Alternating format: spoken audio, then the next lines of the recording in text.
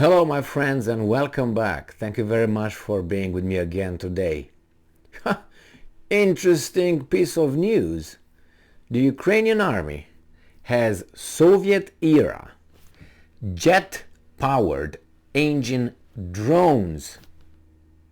So the Ukrainians have some drones from the Soviet era, jet-powered, and those were used to attack the two military airfields in Russia, about 500 kilometers within Russia. Unbelievable. I thought that maybe this Ukrainians, carried, hauled some drones closer to those military bases. Some drones, they assembled those somewhere, and then just operated them from within Russia to hit these airfields where Russia has nuclear bombers. The White Swan and that Tupolev 55M, I think, and Tupolev 95 or something, and they damaged some. Now, this article comes from Sputnik, and obviously they will tell us how great the Russians were in defending those objectives. Let me show you a picture of the rockets, since I'm not that technologically advanced here in America. You see those over there? Suppose those rockets, that's what these guys delivered, used. Those drones like rockets with as they said, jet-powered drones. Oh my. So Ukraine launched drone attacks on Russian military airfields. UAVs brought down by air defenses, Ministry of Defense reported. So this article is obviously from today, the 5th of December 2022. Washington and its allies have sent an array of weaponry to Kiev in recent months and have provided Ukraine's military with intelligence support. Ukrainian forces have used these weapons to attack Russian troops, military bases and civilian infrastructure. We know that, at least is what they say. Ukrainian forces attempted to carry out attacks against Russian military airfields in Saratov and Ryazan regions using Soviet-era jet-powered drones on Monday, Russia's Ministry of Defense has announced.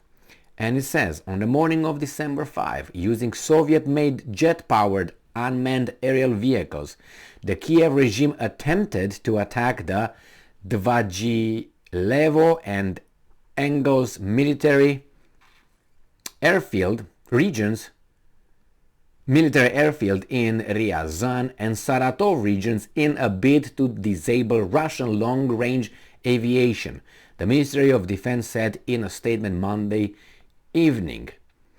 Oh my, so, and it keeps going, gives us details what the hell they did. The drones flying at low altitude were intercepted and destroyed by Russian air defense forces, the military said. However, 3 military personnel were killed in the attack, with 4 others injured. Falling drone debris were said to have caused slight damage to the hulls of 2 aircrafts. And there are some pictures as well. The Russian military responded by launching large-scale precision strikes using air and sea-based weapons against Ukrainian military command and control systems and related facilities, as well as communication centers, energy infrastructure and military units at about 3 p.m. Moscow time, with 17 designated targets hit in total. Now, the Dyagilevo Air Base is situated over 450 kilometers northeast of Russia's border with Ukraine. So this must have been launched with a radius of at least 450 kilometers. Long range. You talk about long range right here.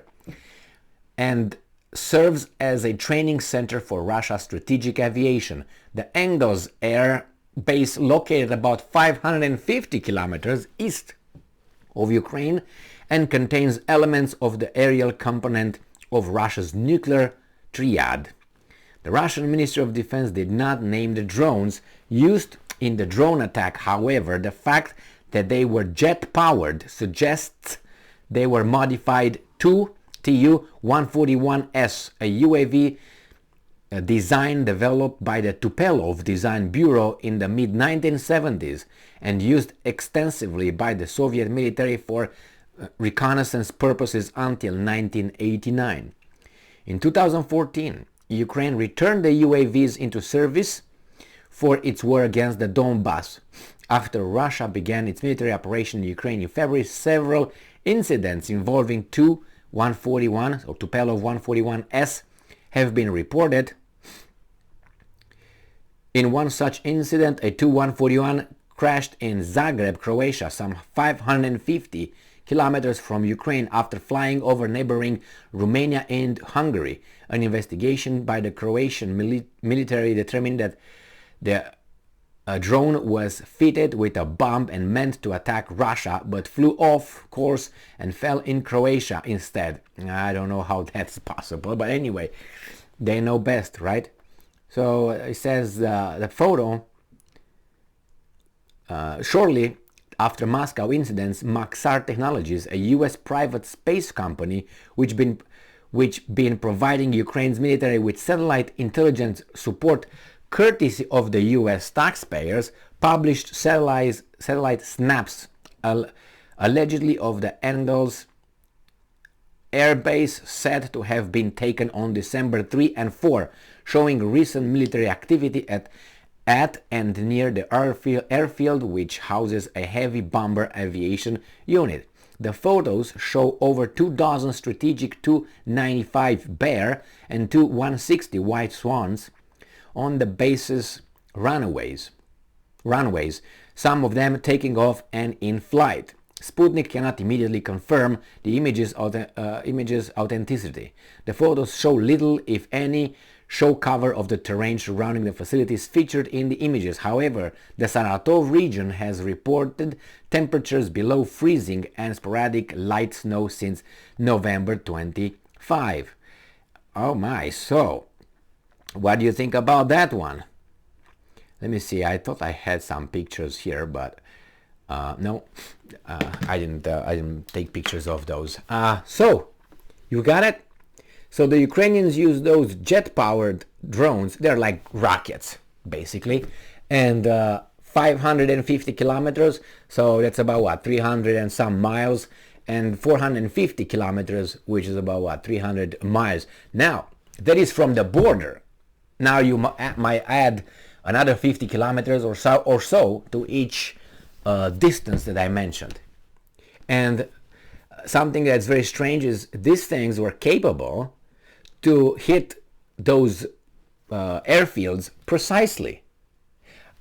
That means they must have been modified. I don't think the Russians had in 1988, 89 the capability to guide them with a satellite and get the right coordinates of whatever they wanted to hit. So what I'm assuming it happened, they brought them, they attached whatever the technology they have with the Americans, in this case, that could have been guided and sent straight to wherever they determined the coordinates will be. Otherwise, so they must have been guided with newer technology, not with 1988 technology, and they were made in 1970s. So that means they can, if they want, maybe attack the Kremlin if they really want.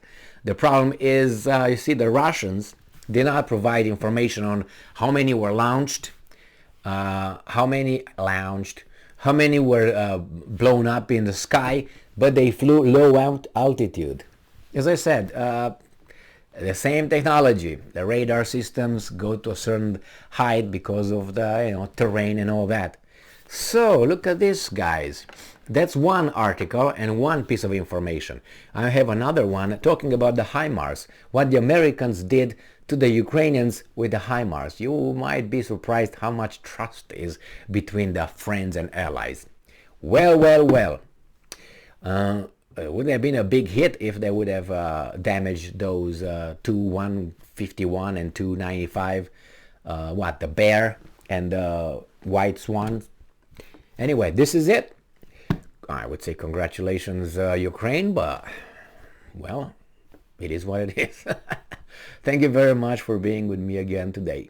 Stay strong, stay smart, look for the truth, and be just.